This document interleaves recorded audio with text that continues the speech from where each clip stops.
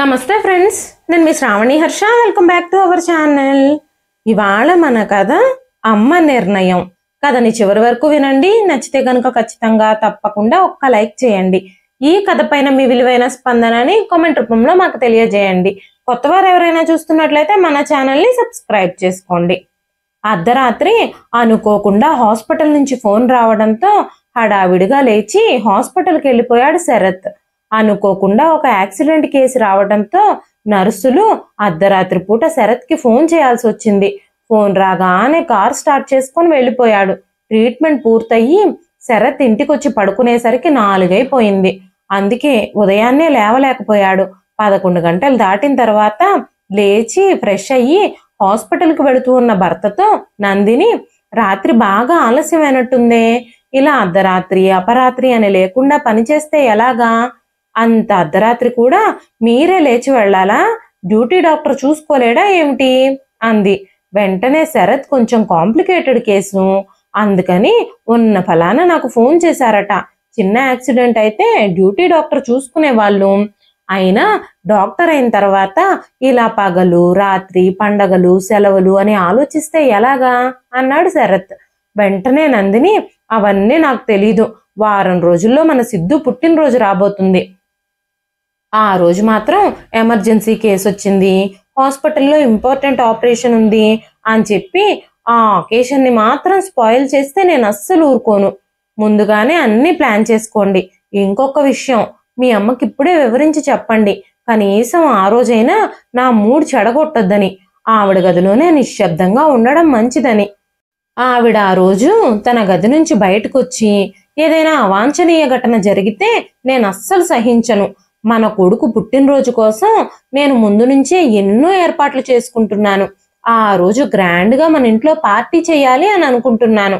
ఆ పార్టీని గాని మీ అమ్మగారు గాని చెడగొట్టాలని చూస్తే నేను ఆవిడ నా అత్తగారు అనే విషయాన్ని కూడా మర్చిపోతాను. నేను వెంటనే ఆవిడ్ని మన ఇంటి నుంచి గెంటేస్తాను. ఇక ఈసారి మీరు ఏం చేసినా నన్ను ఆపలేరు. నేను మీకు ముందే చెప్తున్నాను. ఆ తర్వాత మీ ఇష్టం అంటూ నందిని తన భర్త శరత్తో మాట్లాడుతూ ఉంది. వెంటనే శరత్, ఇప్పుడు నీకేం కావాలి? మా అమ్మని ఆ గది నుంచి బయటకు రావద్దు అని నేను చెప్పాలి, అంతే కదా? సరే, నేను ఇప్పుడే మా అమ్మతో ఆ విషయం చెప్తాను. నువ్వు అనవసరంగా చిరాకు పడి నా మూడంతా పాడు చేకు. ఈ ఇంట్లో టెన్షన్స్ అన్నీ నేను తీసుకుంటే హాస్పిటల్కి వెళ్ళి సరిగ్గా పని చేయలేను. ఎంతో మంది ప్రాణాలు నా చేతుల్లో ఉన్నాయని గుర్తుపెట్టుకో అనగానే నందిని కోపంగా, ఈ డాక్టర్ గారు జనాలందరి సమస్యలు తీరుస్తారు, అందరి ఆరోగ్యాల గురించి అందరి మనశ్శాంతుల గురించి ఆలోచిస్తారు, కానీ ఇంట్లో భార్య సమస్యల్ని మాత్రం పట్టించుకోరు. మీ అమ్మ వల్ల నేను రోజు ఎంత స్ట్రెస్ తీసుకుంటున్నానో మీకేం తెలుసు? మన సిద్ధు పుట్టినరోజు పార్టీకి నా తరపు చుట్టాలందరూ వస్తున్నారు. ఆ పార్టీలో నా పరువు కాపాడే బాధ్యత మీదే. మీ అమ్మగారికి ముందే వివరించి చెప్పండి. ఆ రోజు మనం సంతోషంగా ఎంజాయ్ చేయాలి అని నేను అనుకుంటున్నాను. అందుకే ఆవిడ నా పార్టీ నుంచి దూరంగా ఉండమని చెప్పండి అనగానే, బయట సమస్యలతోనే తల పగిలి చస్తున్నాను, ఇంట్లో సమస్యలను కూడా తీర్చమని నువ్వు నా తల మీదకే తెచ్చిపడతావు అని చెప్పి గబ్బగబా తన స్టెథోస్కోప్ తీసుకొని హాస్పిటల్కి బయలుదేరుతూ తల్లి గదిలోకి వచ్చాడు శరత్. అమ్మకి ఏదో ఒక రకంగా అర్థమయ్యేలా చెప్పాలి అనుకుంటూ, ఊళ్ళో జనాలందరూ ఏమనుకుంటారో అన్న ఆలోచనతోనే నేను ఈ అమ్మని నా దగ్గర ఉంచుకుంటున్నాను. ఈవిడ వల్ల మా కొడుకు పుట్టినరోజు పార్టీ గనక చెడిపోతే నందిని అస్సలు నన్ను మనశ్శాంతిగా ఉండనివ్వదు. ఇప్పుడే ఈ విషయం గురించి ఏదో ఒకటి ఆలోచించాలి. ప్రస్తుతానికి మా అమ్మతో ప్రేమగా చెప్పి చూస్తాను అంటూ మనసులోనే అనుకుంటూ అన్నపూర్ణమ్మ గారి గదిలోకి వెళ్ళి, అమ్మా, ఏం చేస్తున్నావు? వారం రోజుల్లో మన సిద్ధు పుట్టినరోజు రాబోతుంది. సిద్ధు 10వ పుట్టినరోజుని చాలా సంతోషంగా జరపాలని నందిని ప్లాన్ చేస్తుంది అనగానే అన్నపూర్ణమ్మ గారు, మన సిద్ధు పుట్టి అప్పుడే 10 సంవత్సరాలు గడిచిపోయాయి. నాకెంతో సంతోషంగా ఉంది. మన సిద్ధు పుట్టినరోజు కోసం నేనేం చేయాలో చెప్పు బాబు అనగానే, నువ్వు మా కొడుకు పుట్టినరోజు కోసం ఏమీ చేయాల్సిన అవసరం లేదు. నీ సహాయ సహకారాలు సంతోష ఆనందాలు ఇక్కడ ఎవ్వరికీ అవసరం లేదు. కానీ ఆ రోజు నువ్వు ఇంట్లో ఎలాంటి హడావిడి చెయ్యక్కర్లేదు.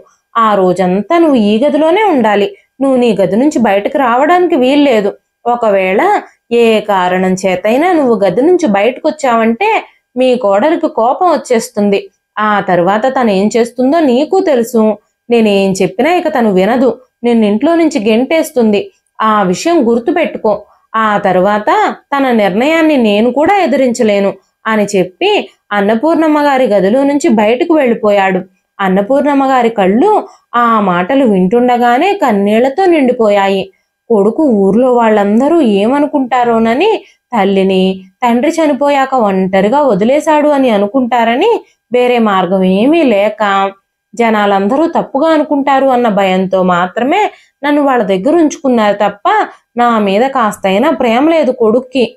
తమ కొడుకు పుట్టినరోజుకి చుట్టాల్ని, బంధువుల్ని, స్నేహితుల్ని అందరినీ పిలిచి పార్టీ ఇస్తున్నారు. కానీ ఈ తల్లికి మాత్రం పార్టీలోకి వెళ్ళడానికి అర్హురాలు కానే కాదు అనుకుంటూ మౌనంగా బాధపడ్డారు అన్నపూర్ణమ్మ గారు. వారం రోజుల తర్వాత మనవడి పుట్టినరోజు సందడి ఇల్లంతా మొదలైపోయింది. ఇల్లంతా వంటల సువాసనలతో నిండిపోయింది. చుట్టాల నవ్వుల శబ్దం అంతా అన్నపూర్ణమ్మ గారి చెవులకు చేరుతుంది. అయితే ఆ రోజు పుట్టినరోజు వేడుకల్లో భాగమయ్యే ధైర్యం, కొడుకు కోడలు ఆనందంలో పాలు పంచుకునే అదృష్టం ఆమెకి ఎక్కడున్నాయి? ఆవిడ తన గదిలోనే నిశ్శబ్దంగా కూర్చుంది. కొడుకు కోడలు ఎన్ని ఆంక్షలు విధించినా సరే చుట్టాల నవ్వుల శబ్దాలు, ఆ ఇంట్లో ఉన్న సందడి ఆవిడికి పదే పదే హాల్లోకి వెళ్లాలనే ఆశని కలిగిస్తూ ఉన్నాయి. శరత్ చిన్నగా ఉన్నప్పుడు కొడుకుతో కలిసి ఏ పండగనైనా, ఫంక్షన్ అయినా ఎంత సంబరంగా జరుపుకునేవారు అన్నపూర్ణమ్మ గారు. ప్రతి పండక్కి చుట్టాలందరినీ పిలిచి ఇంట్లో భోజనాలు పెట్టేవారు. ఇప్పుడు కొడుకు పెళ్ళయ్యాక తను డాక్టర్గా హాస్పిటల్లో క్షణం తీరిక లేకుండా గడుపుతున్న తరువాత పూర్తిగా మారిపోయాడు. ఈసారి కోడలి బలవంతం వల్లే సిద్ధు పుట్టినరోజుని ఇంత గ్రాండ్గా చేయడానికి వీలు కుదుర్చుకొని మరీ జరుపుకుంటున్నారు. కాబట్టి పార్టీ మామూలుగా ఉండదు. కోడలు ప్లాన్ చేసిందంటే చాలా గ్రాండ్గానే ఉంటుంది. కొడుకు కోడలు friends, office colleagues, hospital staff, ఇంకా బంధువులు, చుట్టాలు, కోడలు తల్లిదండ్రులు అందరూ కూడా వస్తారు. సిద్ధు ఫ్రెండ్స్ వాళ్ళ కుటుంబ సభ్యులు కూడా వస్తారు. కానీ అన్నపూర్ణమ్మ గారికి మాత్రం ఆ పార్టీకి ఆహ్వానం లభించలేదు. కోడలు తల్లిదండ్రులకి అన్నపూర్ణమ్మ గారి పట్ల ప్రత్యేకమైన అభిమానం, ఆదరణ ఏం లేవు. అప్పుడప్పుడు కోడలు తల్లిదండ్రులు కోడల కోసం ఇంటికి వస్తారు. కానీ అన్నపూర్ణమ్మ గారిని ప్రేమగా పలకరించడం గాని, పక్కన కూర్చోవడం గాని, కాసేపు కబుర్లు చెప్పడం గాని ఇలా ఏమీ చెయ్యరు. తమ కూతురుతోనే కూతురు గదిలోనే ఉండి కావలసినవన్నీ మాట్లాడుకొని సాయంత్రానికి తిరిగి వెళ్ళిపోతారు. అత్తగారిని ఎవరికైనా పరిచయం చేయాలంటే నందినికి ఎంత నామోషీనో. ఆవిడ పల్లెటూరిదని, అంతగా చదువుకోలేదని నందినికి ఎప్పుడూ అన్నపూర్ణమ్మ గారంటే చిన్న చూపే. ఒకప్పుడు అన్నపూర్ణమ్మ గారు కూడా భర్త, కొడుకుతో చాలా సంతోషకరమైన జీవితాన్ని గడిపారు. చాలా ఆనందకరమైన రోజుల్ని జీవించారు. ఇప్పుడు ఆవిడ జీవితం ఆరిపోయే దీపంలా మిణుకు మిణుకుమంటూ ఉంది. అన్నపూర్ణమ్మ గారి భర్త రాఘవయ్య గారు అన్నపూర్ణమ్మ గారికి చాలా విలువిచ్చేవారు. ఊర్లో ఉన్నప్పుడు అన్నపూర్ణమ్మ గారంటే ఊర్లోని జనాలందరికీ ఎంతో గౌరవం, మర్యాద. ఏ సందర్భంలోనైనా ఆవిడే పెద్ద ముత్తైదువ ఊరికి. ఊర్లో అందరినీ అన్నపూర్ణమ్మ గారు చాలా ఆదరంగా పలకరించేవారు. అన్నపూర్ణమ్మ గారు, రాఘవయ్య గారు ఎవ్వరికి ఎలాంటి అవసరం వచ్చినా సహాయం చేయడంలో ముందుండేవారు. రాఘవయ్య గారు చాలా పెద్దరికంగా వ్యవహరించేవారు. ఎవరైనా ఎలాంటి సమస్యల్లో ఉన్నా సరే వాళ్ళకి సహాయం చేయడానికి, చేయూతనివ్వడానికి, అండగా నిలబడ్డానికి ఆరాటపడేవారు. అందుకే ఊరందరికీ రాఘవయ్య గారు, అన్నపూర్ణమ్మ గారు అంటే ప్రత్యేకమైన అభిమానం. ఊర్లో అందరి చేత అంత గౌరవించబడిన అన్నపూర్ణమ్మ గారిని ఈ రోజు కోడలు ఒక పనికిరాని వస్తువులా చూడడం, ఎవరికైనా పరిచయం చేయాలంటే నామోషీగా ఫీల్ అవ్వడం ఆవిడ తట్టుకోలేకపోతున్నారు. సమాజం ఏమనుకుంటుందో అన్న భయంతో కొడుకు కోడలు ఆవిడని ఇంట్లో ఉంచుకుంటున్నారు తప్ప అన్నపూర్ణమ్మ గారి మీద వారికి ప్రత్యేకమైన అభిమానమేం లేదు. అంత పెద్ద డాక్టరు, జనాలందరికీ ఎంతో సేవ చేసే శరత్ తన తల్లిని చూసుకోలేకపోతున్నాడు అని, సమాజంలో తనకి చెడ్డ పేరు వచ్చేస్తుందేమోనని శరత్ తన తల్లిని తన దగ్గరే ఉంచుకున్నాడు. అంతే తప్ప తల్లి మీద ప్రేమ ఆదరణ లేనే లేవు. భార్య చెప్పిన మాటలను బట్టి తల్లిని శరత్ మెల్లమెల్లగా అసహించుకోవడం మొదలుపెట్టాడు.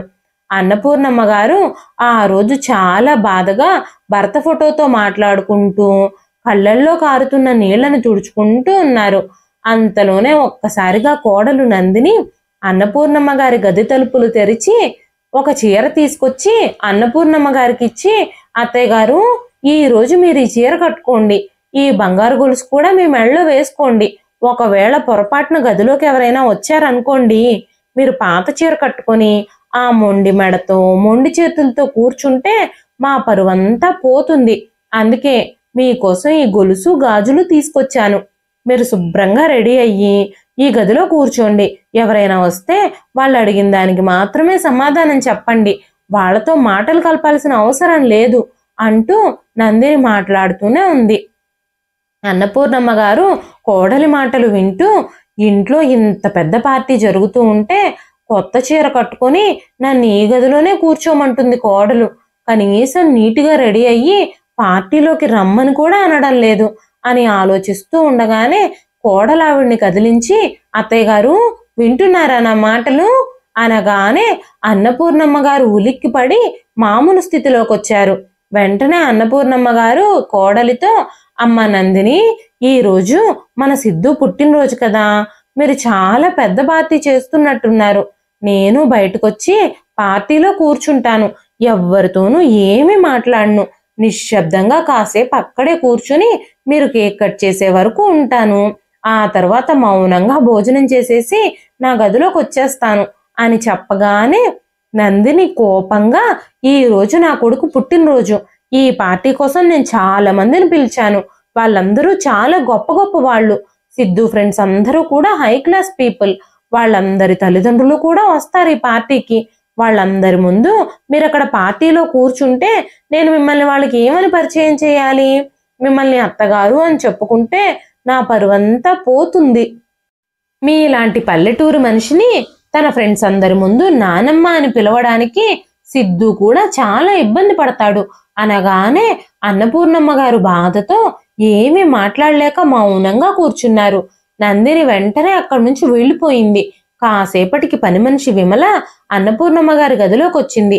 అప్పుడు అన్నపూర్ణమ్మ గారు విమలతో, విమల, నాకు చాలా ఆకలిగా ఉంది, కాస్త నాకు తినడానికి భోజనం తెచ్చి పెడతావా? ఉదయం నుంచి ఒక కప్పు కాఫీ మాత్రమే తాగాను అనగానే విమల అక్కడి నుంచి బయటకు వెళ్ళి కాసేపటి తర్వాత తిరిగొచ్చి భోజనం ప్లేట్ని అన్నపూర్ణమ్మ గారికి ఇచ్చింది. పెద్దమ్మ గారు, భోజనం చేయండి అని చెప్పింది. అన్నపూర్ణమ్మ గారు విమల వైపు ఆశగా చూశారు. పెద్దమ్మ గారు, ఇప్పుడే వంటకాలన్నీ రెడీ అవుతున్నాయి. మీరు ఆకలిగా ఉందని చెప్పారని ఉదయం మిగిలిపోయిన భోజనాన్ని మీకోసం తీసుకొచ్చాను. మీకు తెలుసు కదా అమ్మగారు, అమ్మగారిని అడగకుండా ఇప్పుడే వంటలు జరుగుతూ ఉండగా ఫ్రెష్గా ప్రిపేర్ అయిన వంటకాలు మీకోసం తీసుకొస్తే అమ్మగారు కోపంగా నన్ను ఉద్యోగం నుంచి కూడా తీసేస్తారు. నన్ను ఇష్టం వచ్చినట్టు తిడతారు. అందువల్లే నేనేమీ తీసుకురాలేకపోయాను అంది విమల. ఆ మాటలు వినగానే అన్నపూర్ణమ్మ గారికి అంతా అర్థమైపోయింది. కాబట్టి చాలా ఆకలితో ఉండటంతో గబగబా విమల తెచ్చిన భోజనాన్ని తినడం మొదలుపెట్టారు అన్నపూర్ణమ్మ గారు. ఆవిడలా తినడం చూసి విమల కళ్ళల్లో నీళ్లు తిరిగాయి. వెంటనే విమల ఆలోచించడం ప్రారంభించింది. ఈవిడని చూస్తే అంత గొప్ప డాక్టర్ గారికి అమ్మ అని ఎవరైనా అనుకుంటారా? అంత గౌరవం, డబ్బు, సమాజంలో అంత హోదా, పలుకుబడి ఉందాయనకి.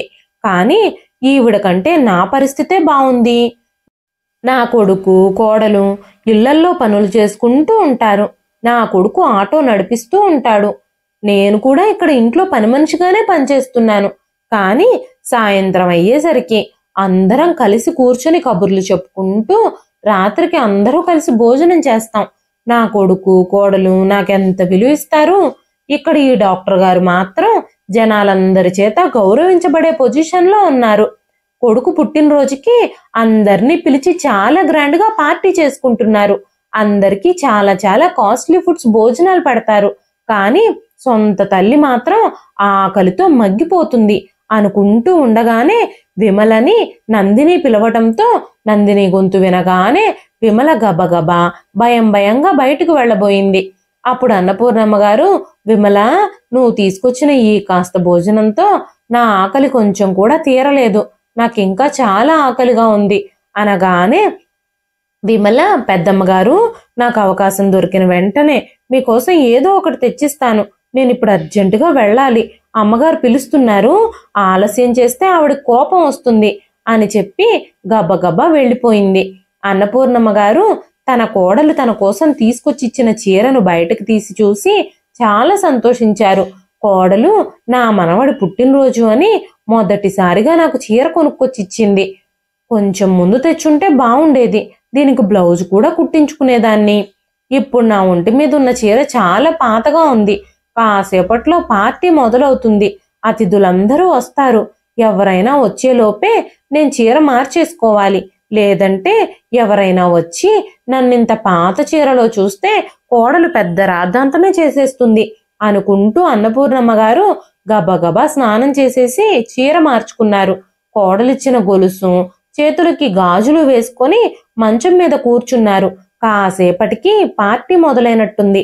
అతిథులందరూ రావడం మొదలైంది. అందరూ రావడంతో సిద్ధుతో కేక్ కట్ చేయించేందుకు ఏర్పాట్లన్నీ చేస్తున్నారు. శరత్ ఇంకా నందిని కేక్ కట్ చేయడానికి సిద్ధును ముందుకు తీసుకొచ్చిన వెంటనే శరత్ స్నేహితుల్లో ఒకరు, అన్నపూర్ణమ్మ ఆంటీ ఇంట్లోనే ఉన్నారు కదా, ఇప్పుడు ఆమెను కూడా పిలవండి, ఈ సమయంలో పెద్దవాళ్ళ ఆశీర్వాదం తీసుకుంటే చాలా మంచిది, ఇలాంటి సందర్భంలో పెద్దవాళ్ళని ఆశీర్వదించమనడం చాలా మంచిదని పెద్దలు చెప్తారు కదా, ఈ రోజు నీ కొడుకు పుట్టినరోజు, తన మనవడి పుట్టినరోజుకి నానమ్మ ఆశీర్వాదం ఉంటే మంచిది కదా అనగానే శరత్ మిగిలిన స్నేహితులందరూ కూడా అవునవును, ఆంటీని కూడా పిలవండి అనడం మొదలుపెట్టారు. అందరి మాటలు విన్న శరత్ నందిని వైపు చూసి ఏదో ఒకటి మాట్లాడు అన్నట్టు సైగ చేయగానే నందిని, అయ్యో అన్నయ్య గారు, విషయం ఏమిటంటే ఇలా పార్టీలు జనాలు అంటే అత్తయ్య గారికి అస్సలు ఇష్టం ఉండదు, మామయ్య గారు చనిపోయిన దగ్గర నుంచి ఆవిడ జనాల్లోకి రావడమే మానేశారు, ఆవిడే చెప్పారు నన్ను ఇబ్బంది పెట్టొద్దు అని, నేను గదిలోనే ఉంటాను అని, లేదంటే ఇంత పెద్ద పార్టీ జరుగుతూ ఉంటే ఇంత మంచి సందర్భంలో మా పక్కనే ఆమెను ఉంచుకోవాలని, ఆవిడ చేతుల మీదగానే కేక్ కటింగ్ జరిపించాలని మాకు కూడా చాలా కోరికగా ఉంటుంది కదా, అయితే ఆవిడ మనసేం బాగోలేదు అన్నారు ఆవిడ, అందుకే ఆవిడ కోరిక మేరకు ఆవిడని గదిలోనే ఉంచేశాం, నేను ఆవిడ కోడల్ని కదా, ఆవిడ ఆజ్ఞను ఎలా కాదంటాను అంటూ తన మాటలతో అందరినీ మాయ చేసేసి నందిని శరత్ ఇద్దరూ కలిసి సిద్ధు చేయి పట్టుకొని కేక్ కట్ చేయించారు. పార్టీకి వచ్చిన అతిథులందరూ తినడం తాగడంలో బిజీ అయిపోయారు. ఇంతలోనే విమల ఒక ప్లేట్లో భోజనం తీసుకోవడం ప్రారంభించింది.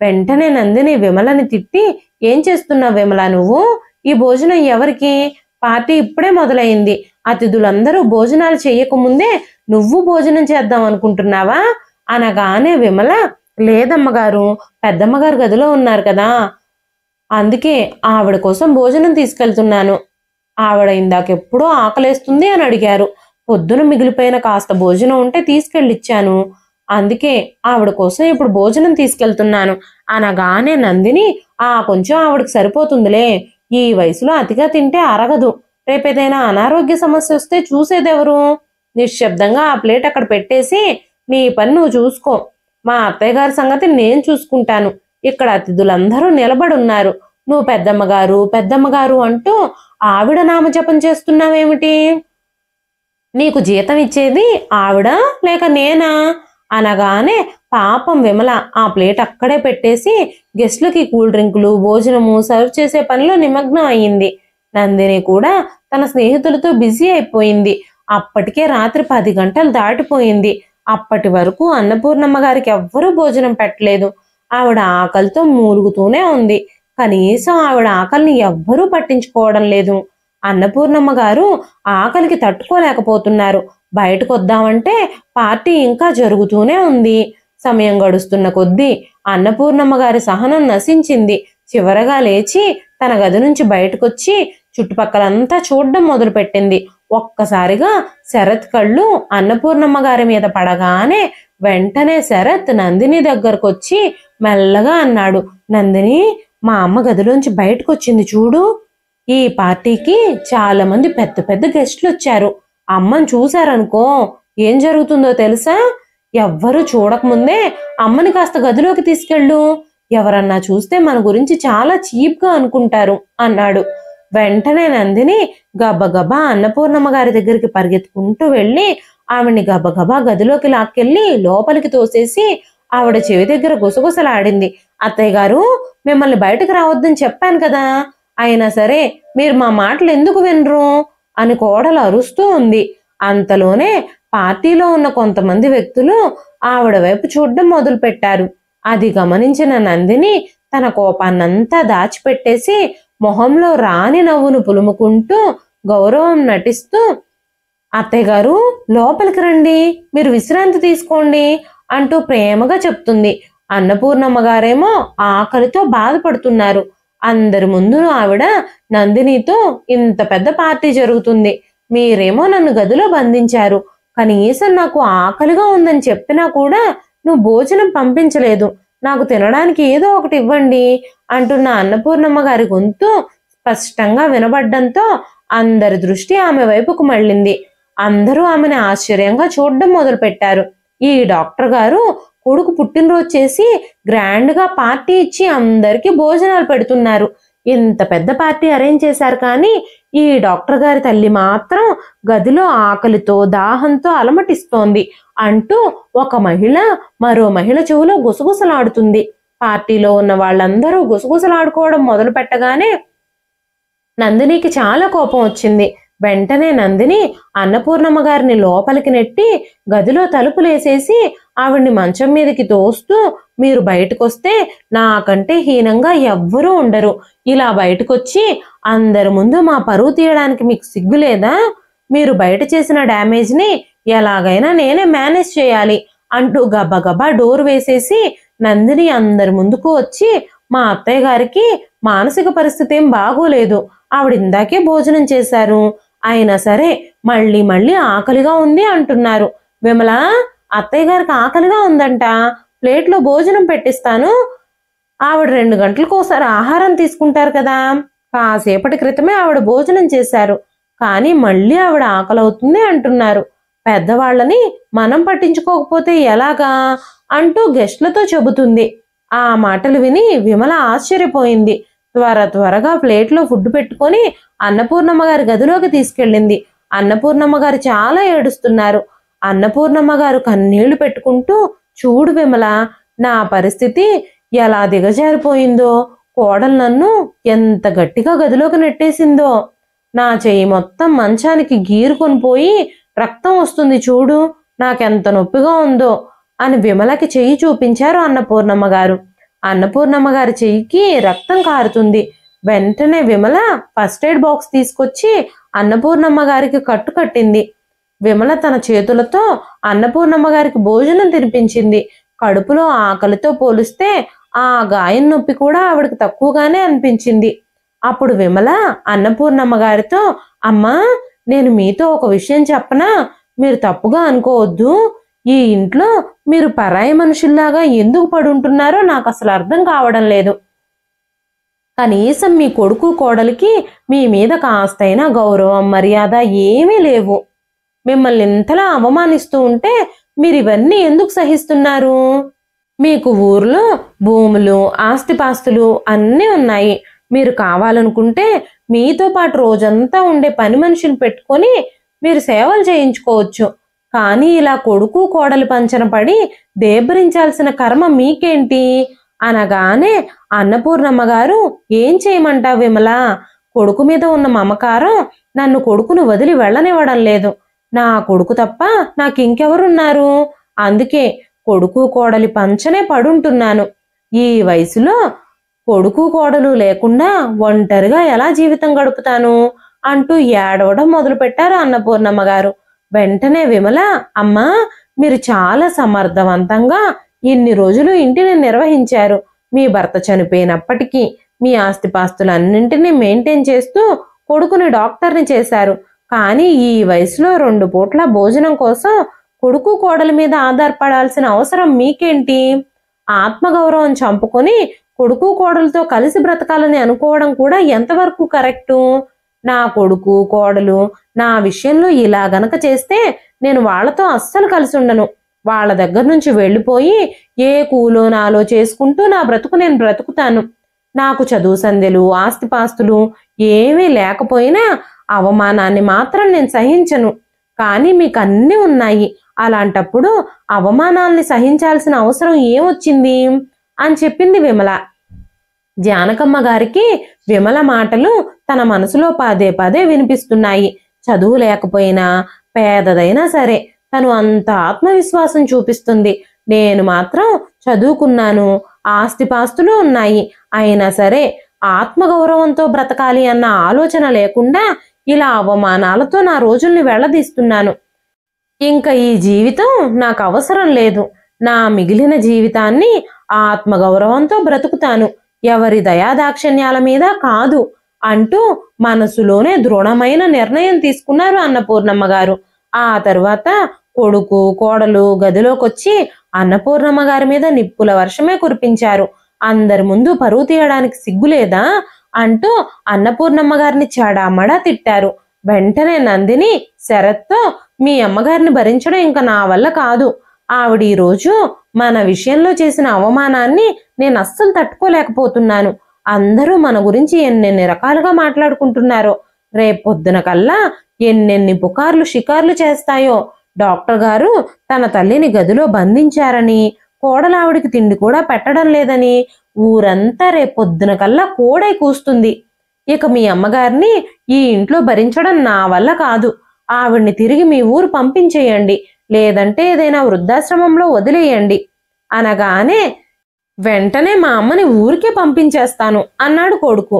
కానీ అన్నపూర్ణమ్మ గారు మాత్రం ప్రశాంతంగా కొడుకు కోడలి మాటలు వింటున్నారు. ఆవిడ ఏం మాట్లాడకుండా మౌనంగా ఉన్నారు. కానీ ఆవిడ కూడా ఊరికే తిరిగి వెళ్ళిపోవాలని ఇంతకు ముందే నిర్ణయించుకున్నారు. అందుకే ఇక్కడే ఉంటాను అని కొడుకుని దేబ్రించి అడుక్కోకుండా ఆవిడ ఇంటి నుంచి వెళ్ళిపోవాలని నిర్ణయించుకున్నారు. శరత్ తర్వాత రోజే అన్నపూర్ణమ్మ గారిని తీసుకెళ్లి ఇంటి దగ్గర దించేసి ఏమైనా కావాలా అని కూడా అడగకుండా, నిత్యావసర వస్తువులు సరుకులు తెచ్చివ్వాలన్న ఆలోచన కూడా లేకుండా గుమ్మం దగ్గరే దించేసి కారులో అట్నుంచటే తిరిగి వెళ్ళిపోయాడు. అన్నపూర్ణమ్మ గారు ఊరికి తిరిగి రావడం చూసి ఆ ఊర్లో వాళ్ళందరూ చాలా సంతోషించారు. ఇరుగు పొరుగు వాళ్ళందరూ ఆవిడ్ని చూడగానే ఆ ఇంటి దగ్గరకు వచ్చేశారు. ఇంతకు ముందు అన్నపూర్ణమ్మ గారు ఇంకా ఆవిడ భర్త సహాయాన్ని పొందిన చాలా మంది ఆవిడ తిరిగి ఇంటికి వచ్చారు అనగానే గబగబా ఇంటికొచ్చి ఇల్లంతా శుభ్రం చేసి పెట్టారు. ఆవిడకి కావలసినవన్నీ అమర్చి పెట్టారు. పక్కింటి పార్వతమ్మ గారు అన్నపూర్ణమ్మ గారి కోసం ఆ పూట భోజనం కూడా తీసుకొచ్చారు. అన్నపూర్ణమ్మ గారు భోజనం చేసి ఆ రాత్రికి విశ్రాంతి తీసుకున్నారు. ఆ తర్వాత రోజు అన్నపూర్ణమ్మ గారు లాయర్ని పిలిపించారు. కొడుకు కోడలు తన ఆత్మగౌరవం దెబ్బతీసినందుకు గాను కొడుకు కోడలికి సరైన గుణపాఠం చెప్పాలి అని అనుకున్నారు ఆవిడ. వెంటనే లాయర్ని పిలిపించి అన్నపూర్ణమ్మ గారు తన ఆస్తిపాస్తులన్నింటినీ తన తదనంతరం ఒక ట్రస్ట్ పేరు మీదకి రాసేశారు.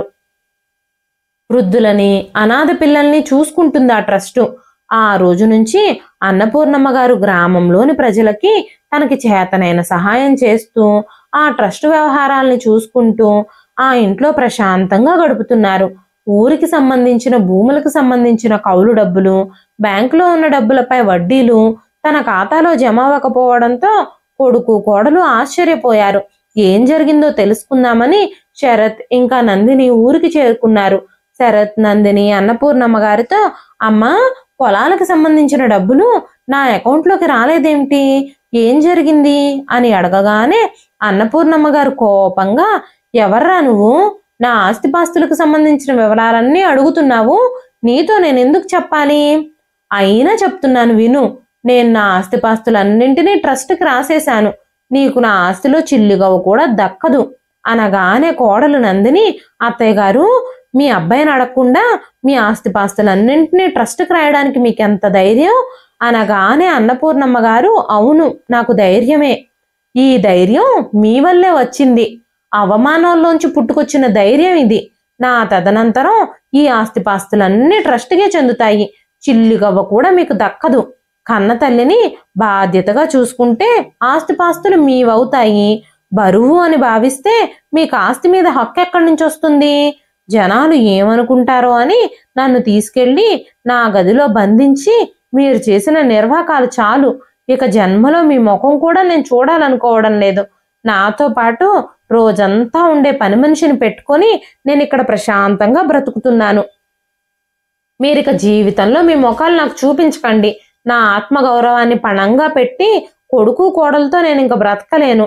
నా జీవితం మొత్తం ఇక్కడే, ఈ ఊర్లోనే నన్ను అభిమానించే మనుషుల మధ్యలో బ్రతుకుతాను. అంతే తప్ప మీ పంచన చేరి మీ ప్రేమ కోసం దేబిరించాల్సిన కర్మ నాకేం పట్టలేదు. ఆ రోజు కన్న తల్లిని నిర్దాక్షిణ్యంగా తీసుకొచ్చి రోడ్డు మీద వదిలేసి కనీసం ఇంట్లో కూడా రాకుండా, ఏమైనా కావాలేమో అని కూడా అడగకుండా వెళ్ళిపోయావు నువ్వు. ఈ రోజు ఆస్తి కోసం పరిగెత్తుకుంటూ వచ్చావా? నీకు కొంచెమైనా సిగ్గనిపించడం లేదా? పేరుకు పెద్ద డాక్టర్వి, అందరూ నువ్వు చేసిన సేవలకి చేతులెత్తి మొక్కుతారు. కానీ ఈ కన్నతల్లి మాత్రం ఈ రోజు నేను అసహించుకుంటుంది. నేను పడుతున్న బాధలు ఇప్పుడు మీకు తెలియవు. మీకు కొడుకున్నాడుగా, వాడు పెద్దవాడై మిమ్మల్ని అనాథల్ని చేసినప్పుడు ఆ రోజు తెలుస్తాయి నా బాధలేమిటో. అప్పటి వరకు మీరు ఈ ప్రపంచంలో సంతోషంగా ఉండండి. నేను నా ప్రపంచంలో సంతోషంగా ఉంటాను. ఇంకెప్పుడు మీ మొహాలు కూడా నాకు చూపించకండి. నేను చనిపోయినా కూడా మీరు నా శవాన్ని తాకడానికి కూడా వీల్లేదు. వెళ్ళండి ఇక్కడి నుంచి అంటూ కోపంగా గర్జించారు అన్నపూర్ణమ్మ గారు. అన్నపూర్ణమ్మ గారి గర్జింపుకు బెదిరిపోయి కొడుకు కోడలు తోకలు ముడుచుకొని సిటీకి వెళ్ళిపోయారు. ఇదండి ఈ రోజు కథ.